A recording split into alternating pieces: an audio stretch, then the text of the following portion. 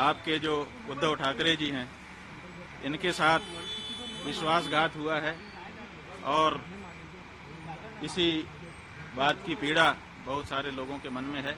हिंदुत्व के साथ विश्वासघात करने पर क्या कहा जाएगा?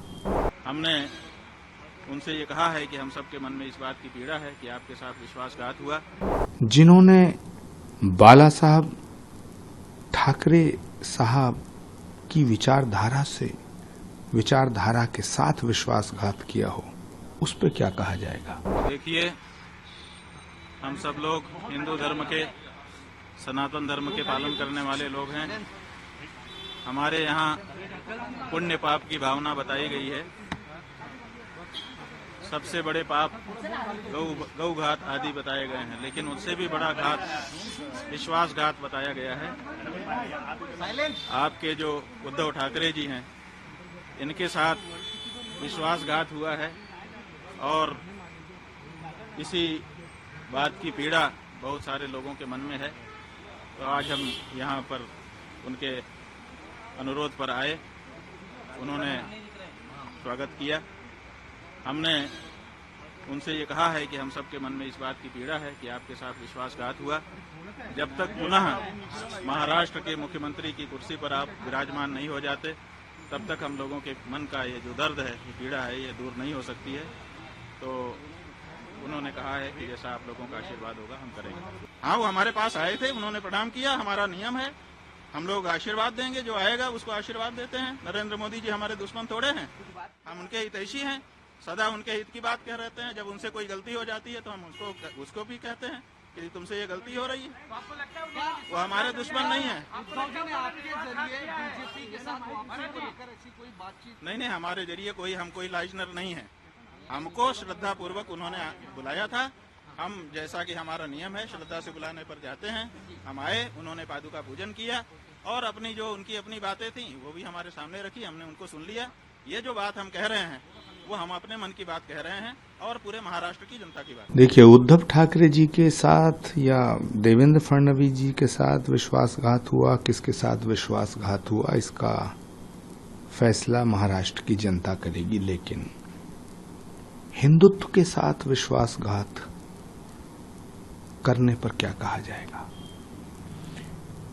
जिन्होंने बाला साहब ठाकरे साहब की विचारधारा के साथ विश्वासघात किया हो, उस पर क्या कहा जाएगा?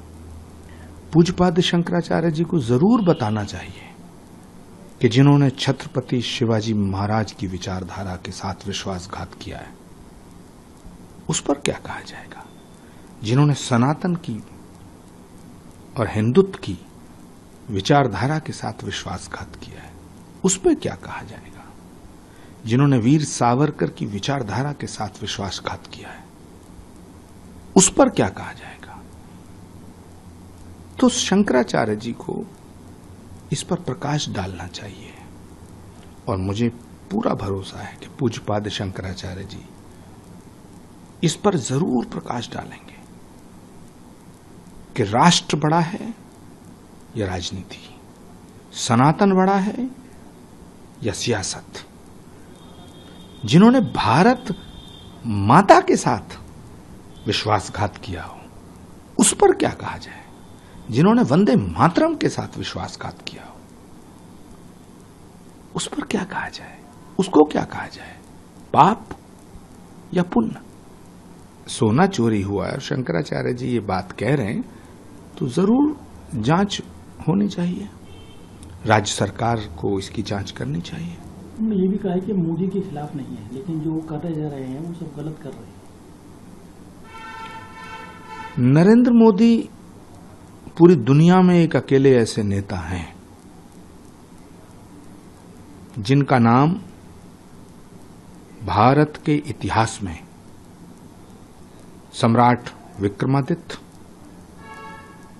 चंद्रगुप्त मौर्य, हर्षवर्धन, समुद्रगुप्त और सम्राट अशोक के बाद स्वर्ण अक्षरों में लिखा जाएगा। नरेंद्र मोदी एक अकेले ऐसे नेता हैं देश की आजादी के बाद और देश की आजादी से पहले जो सनातन के ध्वजवाहक के रूप में पूरे विश्व में, विश्व के पटल पर जिन्होंने भारत का और सनातन का ध्वज पूरे विश्व के पटल पर फहराने का काम किया है, मुझे नहीं लगता कि नरेंद्र मोदी जी से ज्यादा किसी ने भी सनातन का काम किया है, राष्ट्र का काम किया है। मां भारती के सच्चे सपूत हैं मोदी। नरेंद्र मोदी का विरोध करना है तो करो, किसी को कोई ऐतराज नहीं है, लेकिन इस राष्ट्र का ख्याल करो, मां भारती का ख्याल करो।